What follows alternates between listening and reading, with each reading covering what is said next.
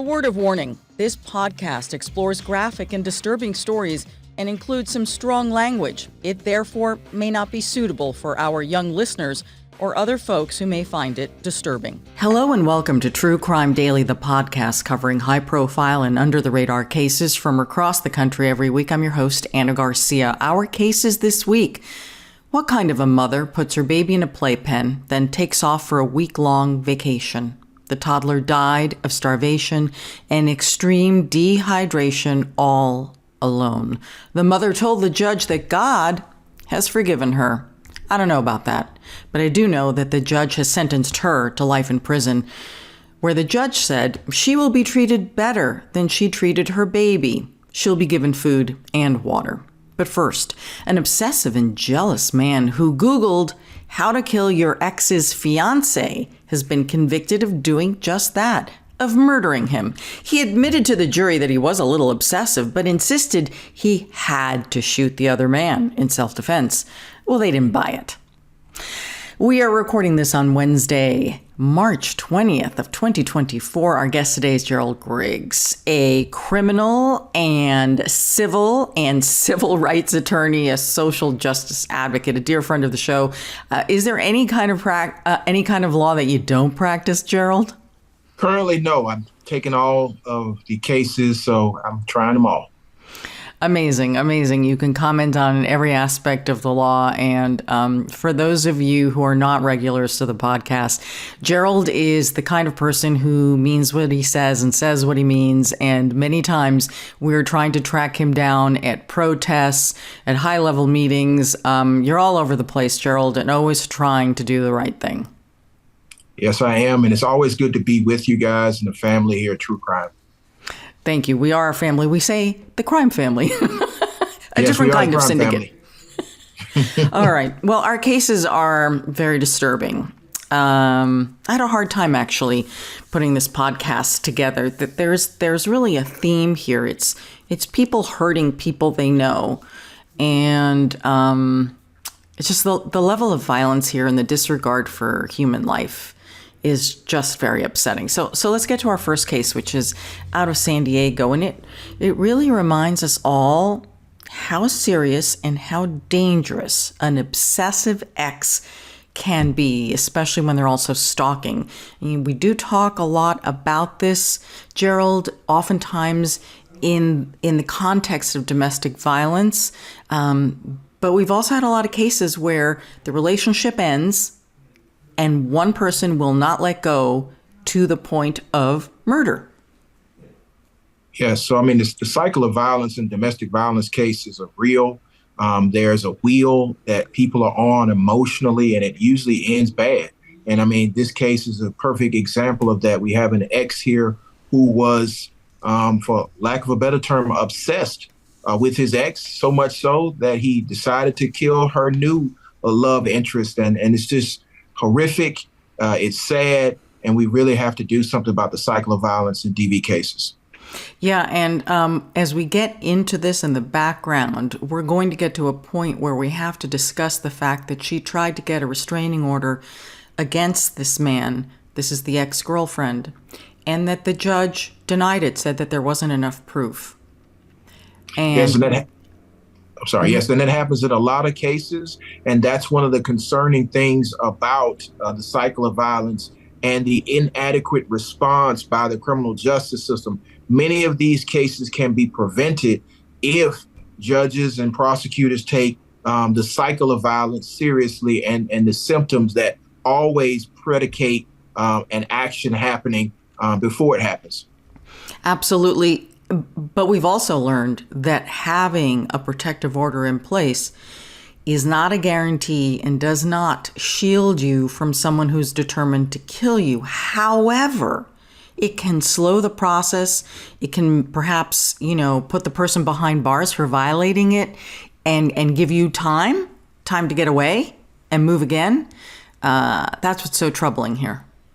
Yes. And so, TPO or PPO are not a panacea. They don't solve everything, but they do give you time to relocate, give you time and a weapon to use if the person continues to make contact, to get them arrested before an act of serious violence happens. So it's a process. But again, I think that, prosecutors and judges need to take these allegations seriously before somebody gets really hurt. And in this case, it's further complicated by the fact that the convicted killer here did not take the action against his ex, who was seeking the protective order, but he took the action against the ex's new boyfriend, fiancé. So it's not clear whether the protective order would have worked here. But again, if it had at least pressed the pause button, it could have given them an opportunity. So let's get into the details here. Police say that this jealous man literally Googled how to kill your ex's fiance. Could you be more specific? I mean, it's always that metadata that gets you. I mean, who literally Googles how to do something, not thinking that it would come back to haunt you? I mean, metadata is everywhere. You can't clear your search histories from all of the artifacts that are left on the internet. So it's really troubling that this person, one, did the act, but two, was so brazen and heinous to document it beforehand by doing these searches to see how they could best do it. Yeah, he was pretty sure what he wanted to do. Like I said, he's been convicted. So he carried out his plot against 37-year-old Mario Fierro, who at the time was a Catholic school teacher, and he was engaged to this guy's ex-girlfriend. So he was engaged to the object of the man's obsession. The convicted killer here is 33-year-old Jesse Alvarez. And last week on March 10th, a jury found him guilty of first-degree murder with special circumstances of lying in wait. Two things stand out about this case. One, the man who admitted on the stand that he was obsessed with his ex-girlfriend took the stand in his own defense and said, yeah, I was obsessed. And then goes on with a crazy explanation that we're going to let you, listen and judge for yourself. And the other thing is that it actually took a day to even deliberate. I mean, I can't believe this didn't take 5 minutes to deliberate. Well, jurors have to be thorough and go through all the evidence. And, when a case is a self-defense case, typically the defendant has to get on the stand and try to make out self-defense. Now, it's going to be very difficult, and it was impossible in this case because they had the search history. But jurors like to be conscientious and take time. Again, I don't think it should have taken a whole day. But they were trying to be conscientious with the facts that they had before them and even to consider the defense that was put in front of them. So I want you to hear from Jesse Alvarez, who's been convicted. This is him on the stand. It was announcing their engagement, and I was super shocked because I didn't even know she was in a relationship, much less getting engaged. My dad has always taught me from a young age that, talking face to face is the best. And so anyways, I just decided that for all those reasons that I could just catch him on his way to work and just talk to him for a little bit. Just, talk with them about Amy, just clear up any concerns I had, wish them on their engagement, and then fully move on. Whatever he said there does not line up with the evidence as far as the level of obsession.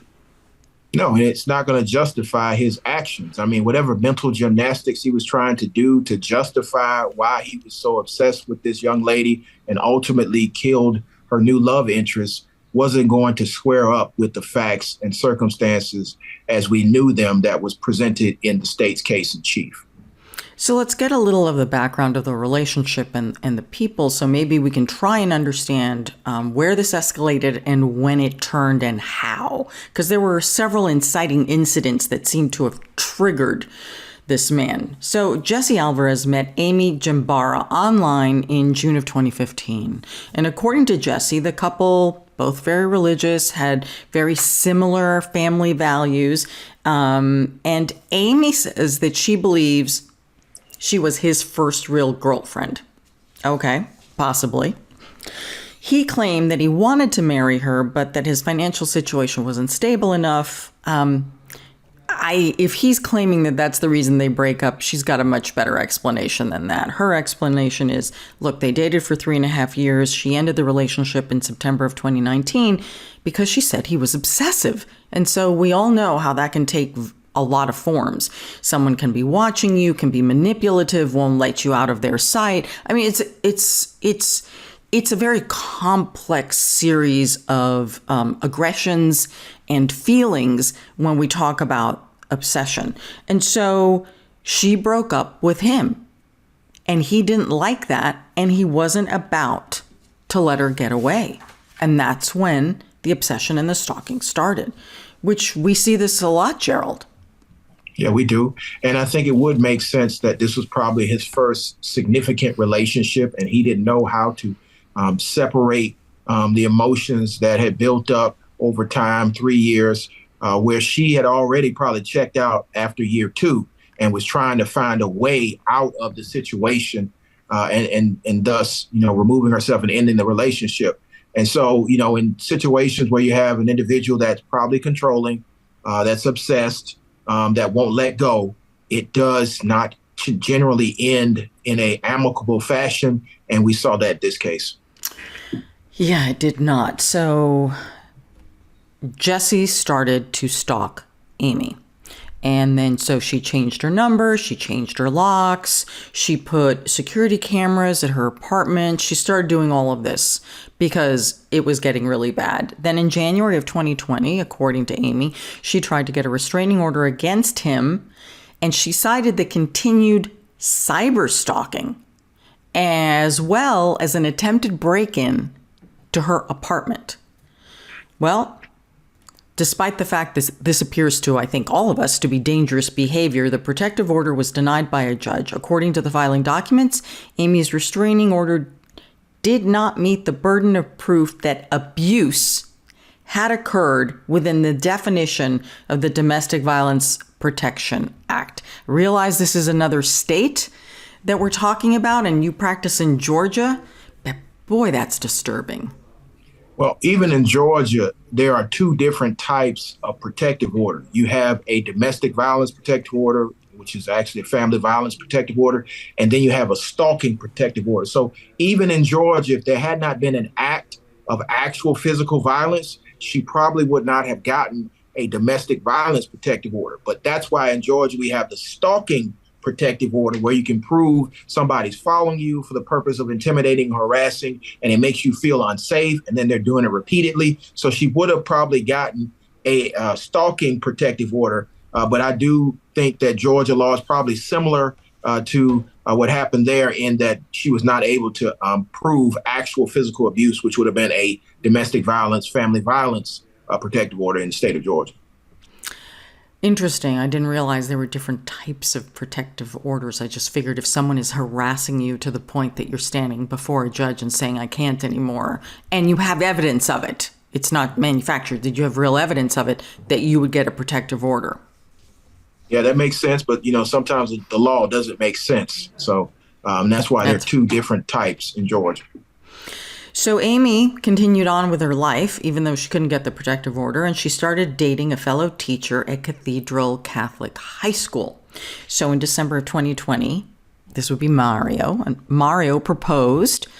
Both families were thrilled, so were their co-workers. The school even posted a photo of the pair with Amy proudly displaying her engagement ring. I suspect you can see what it is that pushed Jessie over the edge, because he saw a similar post on Facebook, and that's when he lost it. Yeah, I'm sure that triggered him, especially the outpouring of love and affection, both in the photo and then from the community in general, probably set him off, especially, seeing it all over social media. It was within hours of his seeing this on Facebook, this is according to police, that he started his plot to kill his rival Mario. And this is when the internet search history began. And this is what he looked at, according to court records. He Googled, quote, hire hitman in San Diego. Okay, that's pretty specific, but all right.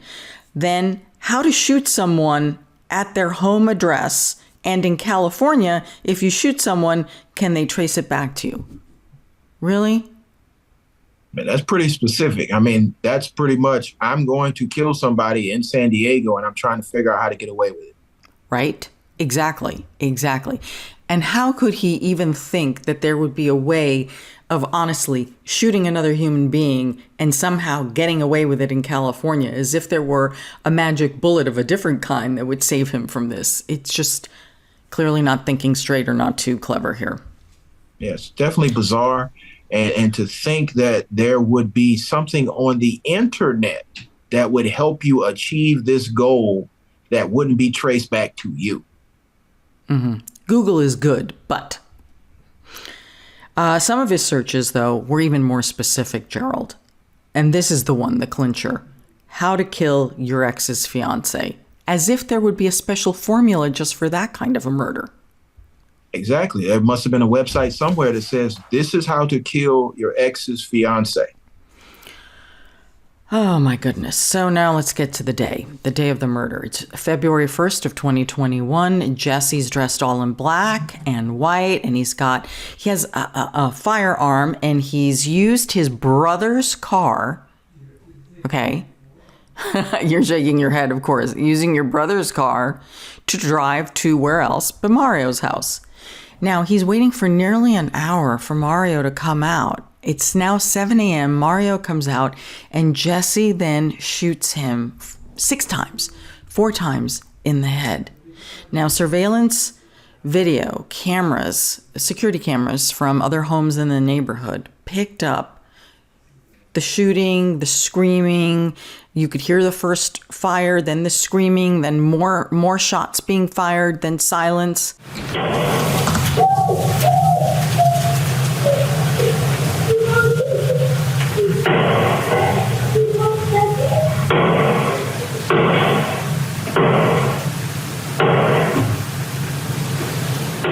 When police officers responded, they tried to perform CPR on Mario, but it was too late. He passed away before even getting to the hospital.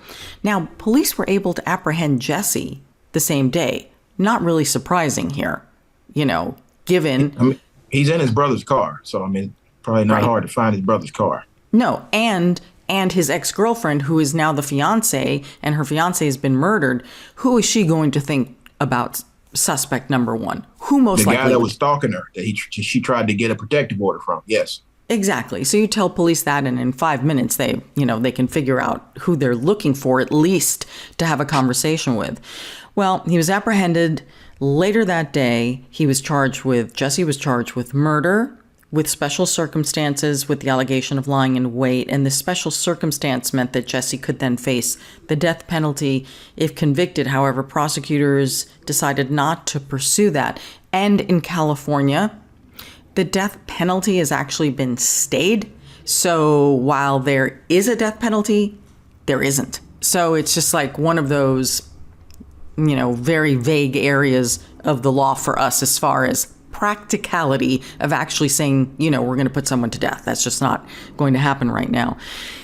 So the defense.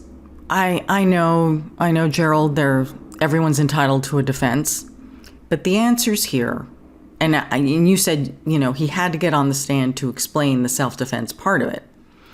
But if you're the one who brings the gun to the other person's home, right, on the street, and then you claim that the other person assaults you when you're standing there probably in the most menacing way, that all of a sudden it becomes self-defense. Like, what were you doing there in the first place?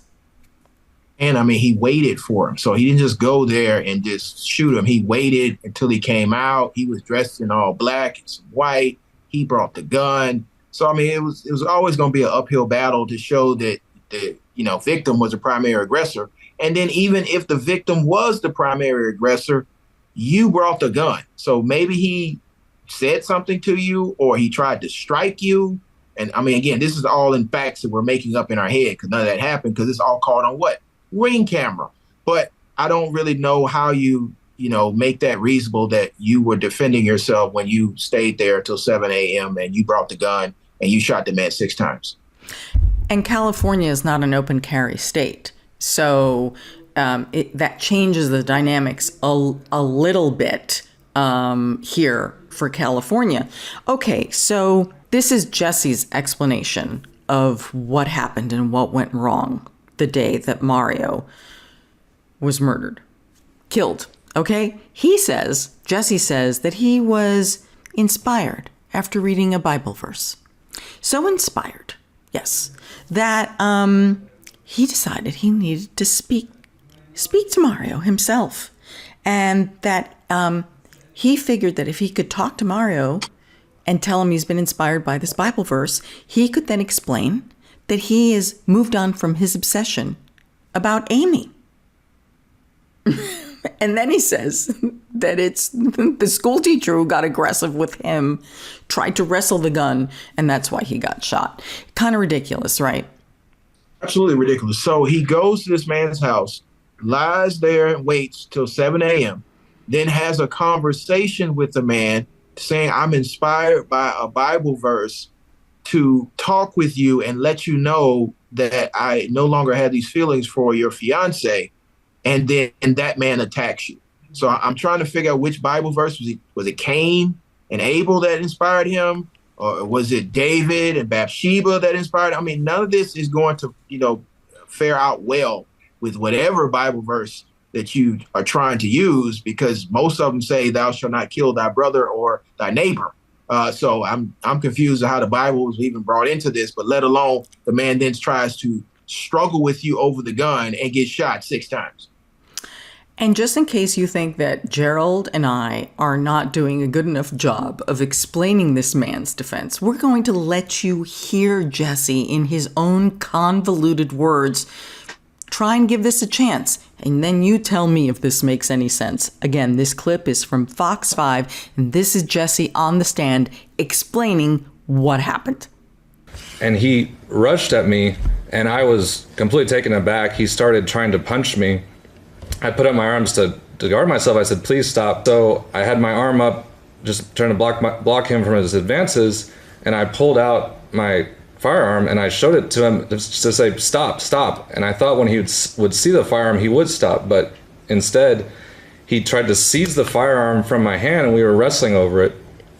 And he started to point it towards my direction, and then he got his fingers around the trigger and he pulled it, and the gun discharged, and I turned to face him, and his back was to me. I shot him in the back, and he stopped, and I put my gun down. He went to his knees, and I just, I stopped, and then he got up from his knees and looked at me again. He said, "You kill you," and he rushed me again, and I just aimed downward. I shot. Now, here's the other thing that Jesse is alleging. He says that he has autism spectrum disorder, and that contributed to his feelings of social isolation following the breakup. And he admitted feeling upset and enraged that Amy had moved on, but that he had no intention of killing Mario. Now, it is very possible if indeed he may have not, maybe he would have had challenges with social cues and personal interactions. This may all be true. However, this choice, look, this is premeditated. And the jury's already decided this. It's not like, I'm going out on a limb here. This is clearly premeditated on this guy.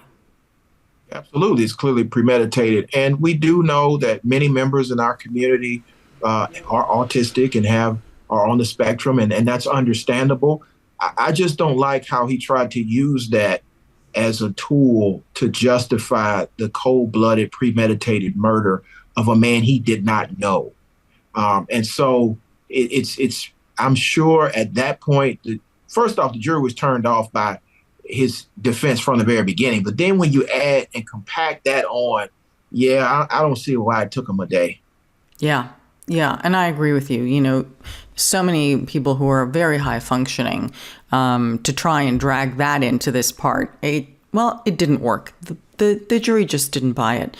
So prosecutors held firm. They said, you know what? He deliberately planned Mario's execution. They say that Jesse purchased that gun with the intent of killing Mario, even, get this one, even practicing at a shooting range, wait for it, and asking a range employee the best place to aim to kill someone.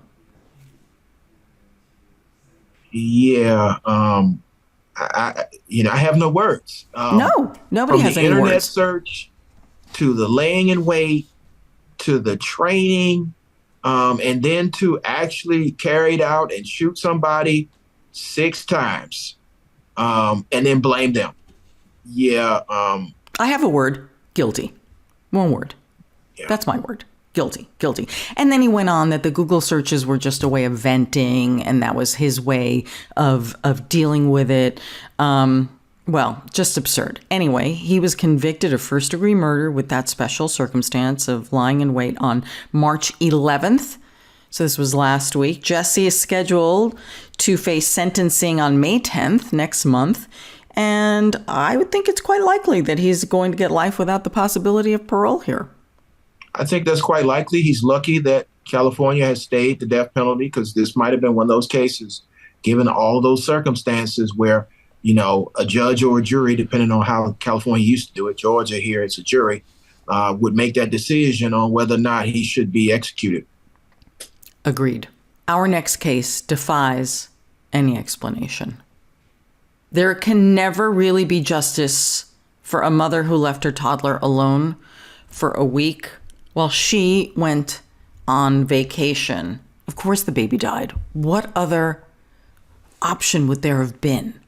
What else could have possibly? Of course the baby died. She died of starvation and extreme dehydration. This case is out of Cleveland, Ohio.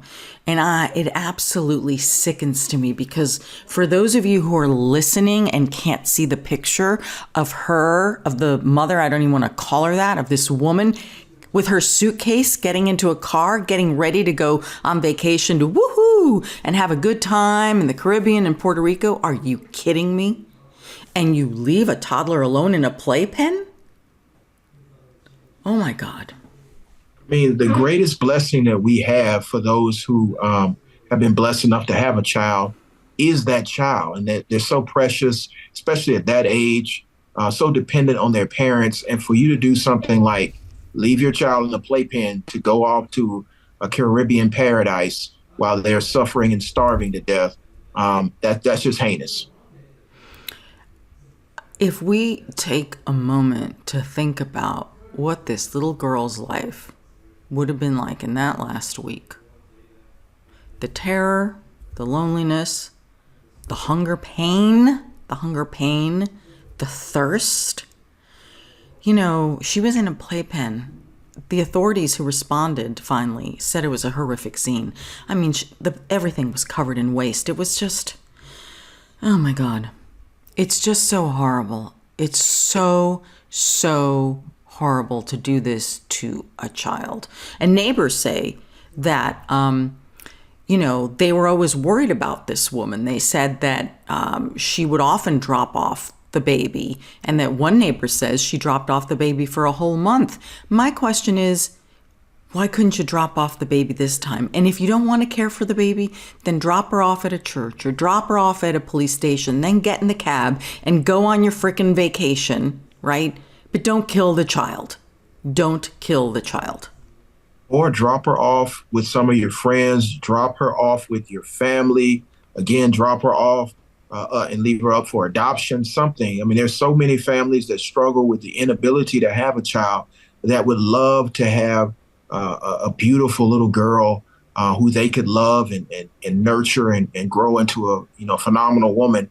To do something like this, and for the neighbors who had seen something like this before to not report it. I mean, if she's dropping folks off for a month, there's a real substantial danger of harm to this child that was ignored.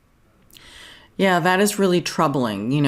I see it both ways. I see it, if they had at least reported this, maybe they would have taken care of the child and moved her into a much more safe area and family and protective environment. I totally get that. And then I look at the flip side of that and I think to myself, okay, maybe this is a community trying to help a woman who's struggling.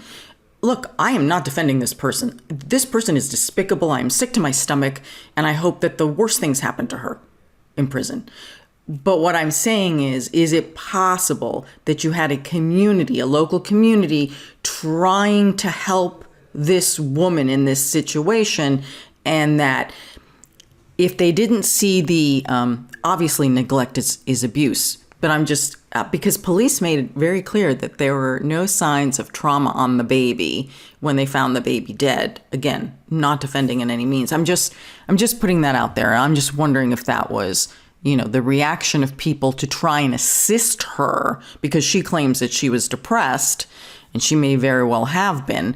So I just wanted to toss that in there for people, and I'll be very interested in all of your comments. So let's get to this convicted killer.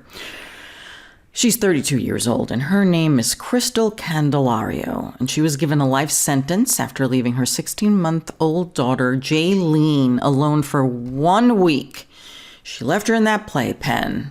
I just can't. So while her baby struggled to live, the mother grabbed that suitcase, went on that vacation to Puerto Rico, where she took pictures of herself on vacation. For those of you who are listening, I can assure you she looks very happy and does not look like a woman who is worried about her child.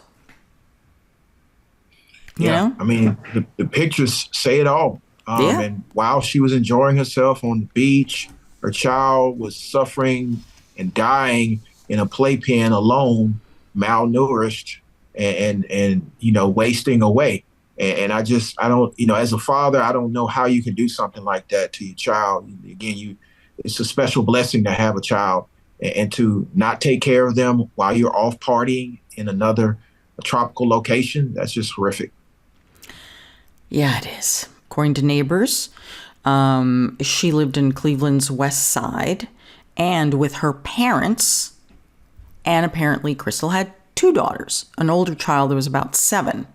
So here's what's interesting. At the time of this incident, Crystal's parents were on a vacation of their own, and they had taken Crystal's older child, leaving Crystal with the baby. You know what I think? I think she didn't like that. I think this one didn't like that she was left to care for the baby while everybody else is on vacation. That's possible. She should have just allowed them to take her other child with them. Yeah. It's really simple. No parent should be jealous of their children or their parents enjoying themselves, and definitely shouldn't take it out on your younger child. Mm-mm. So when she returned from vacation, Jaylene, this was about 8 a.m., Jaylene was unresponsive. Of course. What exactly? I want to know. What exactly did this woman think she was going to walk into? A freaking miracle? That the kid was playing the piano and making little bowls of cereal? I mean, what did this woman think? I mean, I don't know how she thought this child could survive. I mean, at that young age, they can't change their own diaper. They can't fix their own food. You can't leave them for more than an hour or so. That's with a baby monitor watching them. You know what's going to happen when you walk in that house. Yeah, that's the part. That's the part about this that none of this makes sense to me. So she apparently cleaned up the baby and changed some clothes on the baby, then calls 911. So she's lying to police and she's hiding the condition of the child. However, she can't clean up the mess that is the playpen. There isn't enough time. So she had to make a split decision here. Is this baby really dead? Do I call 911? Should I try and save her life if it even is possible? But of course not. The baby was dead. I mean, it's unlikely there could have been any other outcome. There was no happy ending to this. Police officers noted that Jaylene's playpen was just full of soiled blankets, and the bottom liner just saturated with human waste. And the initial cause of death was extreme hydration. Following the investigation and Crystal's own admission to authorities, she was arrested a day later on the 17th and charged with murder. Judge set bond at $1 million. Now, what's interesting is then a grand jury sat, and they came up with additional charges here. She now was facing aggravated murder, felony murder, along with charges of felonious assault and endangering children. And in their indictment against the mother, prosecutors reserved the right to pursue the death penalty against this woman. Yeah, I mean, it's horrific what happened. it just boggles the imagination that someone would leave their own child in that situation. Oh, it's just awful. And again, you know, neighbors told different media outlets that this was not the first time that she had left her child unattended. One neighbor who wanted to remain anonymous said that she had warned Crystal about this behavior, that you cannot leave the child alone. And in that circumstance, then I say to you, I agree with you, Gerald.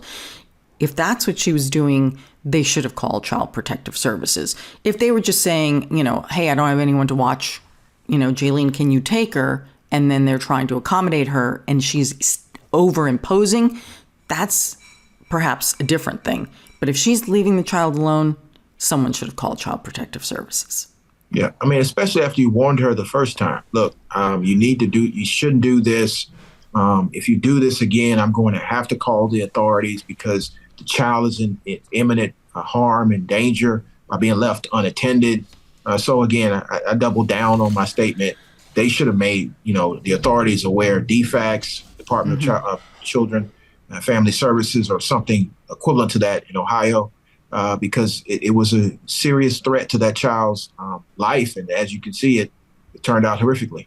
Yeah. Now, you know, whether the mother was having problems with depression and couldn't handle taking care of the child, or the mother just didn't want the child, you know, we don't know the answers to these questions.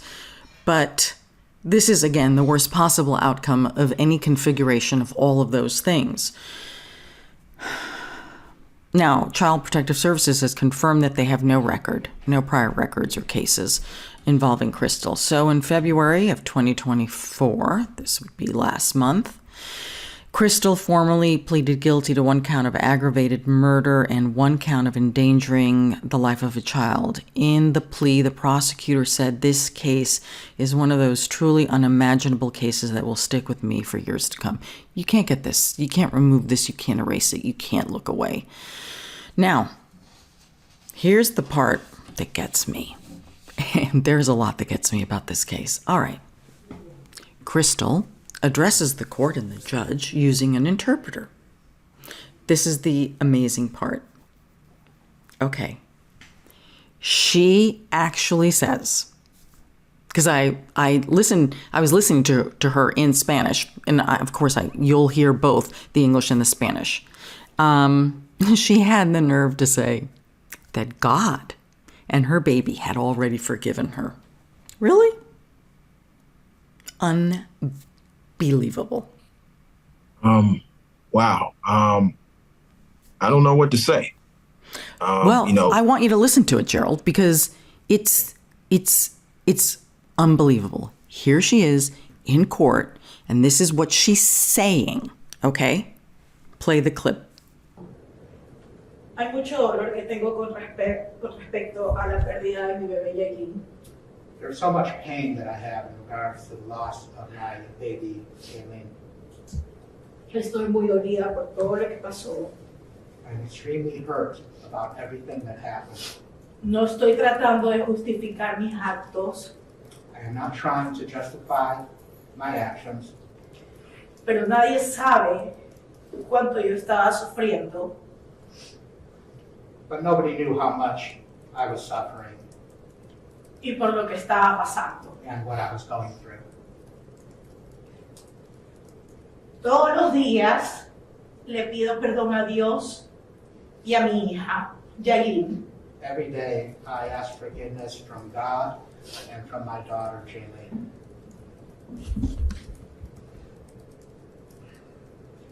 Soy una persona creyente de Dios. I'm a person who believes in God. Dios y mi hija me han perdonado. God and my daughter have forgiven me. I just can't believe she had the nerve to say to the judge and everyone in that courtroom that God and her baby daughter have forgiven her. It's amazing to listen to. It makes it even more hard to hear as a parent, and it's just unimaginable. You may believe in your mind that God has forgiven you, but what you did to your child is unforgivable. Yeah, maybe the component that's missing her is her saying, but I cannot forgive myself. I would have appreciated hearing that. Yes. But I didn't hear that. That would have been the appropriate response. Yeah. Well, the judge didn't take kindly to this, so Judge Brendan Sheehan showed no mercy and sentenced her to life without parole. This clip is from WKYC. You should spend the rest of your life in a cell without freedom. The only difference will be that prison will at least feed you. Amazing, right? Amazing. He said what we were thinking. It's no way you could justify any of this in any form or fashion. And at least the criminal justice system will have more compassion on you than you had on your child. If she's hungry in prison, she will be fed. If she is thirsty, she will be given water, maybe a cup of coffee, Yeah. Unbelievable. We always discuss on this program, what would justice look like here? And I got to tell you, this doesn't feel like justice, especially when she doesn't seem to think that, whatever she did, she's been forgiven. I mean, your baby is dead and you've been forgiven? I don't think so. No, I don't think anybody believes that. And I think that ultimately she's going to have to answer both in this world and the next. And may it be very harsh. Boy, do we need to hear something a little different right now, okay? It is time for our comment section. These are the crime cases you all are talking about on social media. Here's our producer, Will Updike. How are you, Will? Good. Thanks for asking, Anna. Good to see you. Gerald, how's it going? Hey, Will, how you doing? Doing good. So this week, we have a case of a fictional master of international espionage busted in a national park. So this case comes out of Yellowstone, Wyoming, where former 007 star Pierce Brosnan has pleaded guilty to charges related to entering protected and dangerous areas of Yellowstone National Park. Now, this comes after Pierce was hit with 2 charges for trespassing in the park back in December of last year, when the actor walked off the path, because if you've ever been there, there's a lot of paths, reportedly onto a delicate stretch of the park, not so far from Mammoth Hot Springs. So that's on the Wyoming portion of the park, kind of the largest portion of the park. And if you're not really familiar, there's, the draws are like the big geological features, specifically the geothermal stuff. These include the geysers, which you probably, most closely associate with Yellowstone. There's also mud spots, fumaroles, and hot springs. Now, these aren't the hot springs that, you hop in and like have a good time. It's not that kind of hot springs.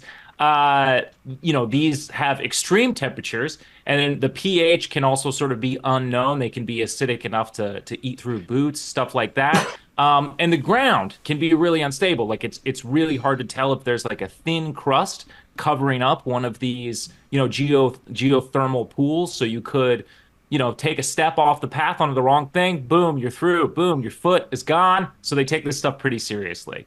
You're such a wealth of information here. The geologist, formerly known as Will, crime producer. Growing up in Montana, you do at least one trip to Yellowstone per year, whether through school or with your family. So I'm decently well versed. Ranger Will.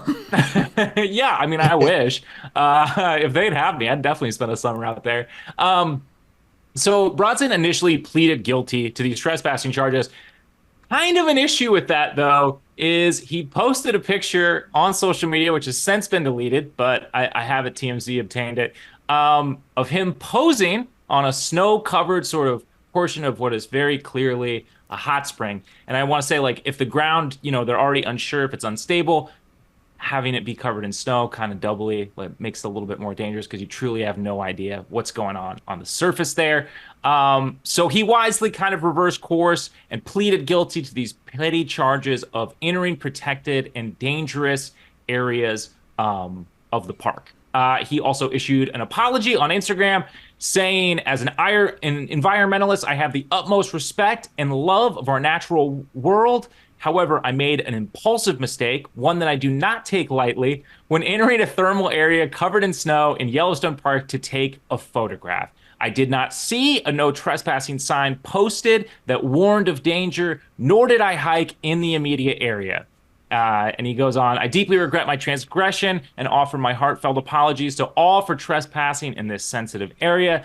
Yellowstone and all our national parks are to be cared for and preserved for all to enjoy. He added the hashtag stay on the path. So yeah, I mean, like, a way to make something positive out of this. You know, he apologized. Who knows if he saw the sign or not? I will say the designated paths are pretty obvious, but you know what? I'm willing to give James Bond the benefit of the doubt. So he's going to be subject to about $1,500 in fines for these transgressions. $1,000 of which is actually a service donation to Yellowstone Forever, which is a nonprofit associated with the park. So, you know, some good comes out of this. It's, you know, it's kind of a fun story. But we had a lot of comments on this one in our comments section. Crime Scene Tape was a little confused about which Yellowstone they were talking about, since the actor was in Montana and Wyoming. They said the park or the TV set. Yeah, we got a couple of comments about how they should add him to Yellowstone, the show. I love that show. I'm obsessed. I'm not super familiar with it.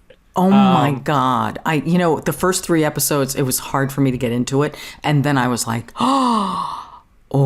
this is very treacherous, dark, complicated, violent, graphic. Yeah. Yeah, it seems like really good drama. And Gerald is like, really and you watch this. Yeah, you watched it. I haven't watched it, but again, this sounds like a story when doing it for the gram goes wrong. Don't take pictures where you're not supposed to be. I love that. Yeah, when doing it go for the gram goes wrong, absolutely. Webed said something to that same effect. They said he was taking selfies with buffalo, I bet, which, you know, please don't do. There's so many terrible stories. Don't do stories. that. Yeah, I've seen many videos of taking selfies with buffaloes that go real wrong. Yeah, they're so fast, despite weighing like a ton. Oh my God, they're yeah. really, really fast. Craziness. Yes, I've seen that, where I've been like literally surrounded, driving through a park. Oh my God. It's just like you're paralyzed. You can't go forward. And you were surrounded by buffaloes? Yep. Yeah, we're not doing that. No. I was up in South Dakota, and driving through one of the parks. And completely because they weren't charging or anything. They were just on their regular. Yeah, they were just each looking one at is you like guys as big as your car. Oh, okay. They're massive. Oh my God. And then one day I should tell you the story about a moose that attacked my son's dog sled. Unbelievable. Oh my gosh. They're also so big. Oh my God. Very big. You never want to get into it with a they're moose. Ridiculously big. Bowinkle is not nice. Leave Bowinkle alone. No. A lot of people were obviously very interested in that. He is formerly James Bond, Ricardo, and said no area is restricted to James Bond, which fair enough. This one is true. This one is really more for his own safety, though. It's not, it's not like a government. It's not. I guess it is a governmental restriction, but not in the same way that James Bond is used to. Leo Princess was defending this. They said he was on a secret mission, okay? Which could be. Who knows? My favorite comment is a reference to another film with a young Pierce Brosnan. Andrea M. said, Mrs. Doubtfire would love to hear that. I just love the idea because Pierce Brosnan is Robin Williams' sort of romantic rival. Yes. In the Miss Doubtfire film. He ends up even making him have an allergic reaction. So the idea that Mrs. Doubtfire would be happy that Pierce Brosnan got in trouble with the law. It got me. So great comment there. I want to thank everybody who sent those comments in. You can always do that over on our YouTube community page. We try to bring something for you, a little fun every week. You can also reach out to us anytime on Facebook, Instagram, X. I believe we're also on TikTok. So that'll do it for this week's comment section. And I will see you all next week. Gerald, it is always such a pleasure having you on the program. Where can people find you, follow you? Because you wear a lot of different hats and do a lot of different things. Yeah, you can find me on all social platforms at Attorney Griggs, ATTORNEY, on X, on Instagram, on YouTube, and on TikTok until they ban it.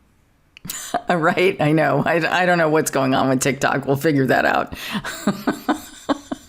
I always have to believe that someone's got this figured out. I can't figure it all out. You can find me, Anna G News, Anna with a 1N, on all social media platforms, except on TikTok. I have, instead of the S, it's a Z. It's Anna G News on TikTok, but I rarely ever post on there, and maybe now I shouldn't get that attached to TikTok. I have no idea. Anyway, you can find this podcast wherever you get your podcasts. Subscribe to our YouTube channel. We've got more than 5 million subscribers, and that's where you can comment on these cases, and we have a vibrant community. Sign up to get our newsletter at truecrimedaily.com. So until next week, this is True Crime Daily, the podcast. I'm your host, Ana Garcia, and as we always say, don't do crime.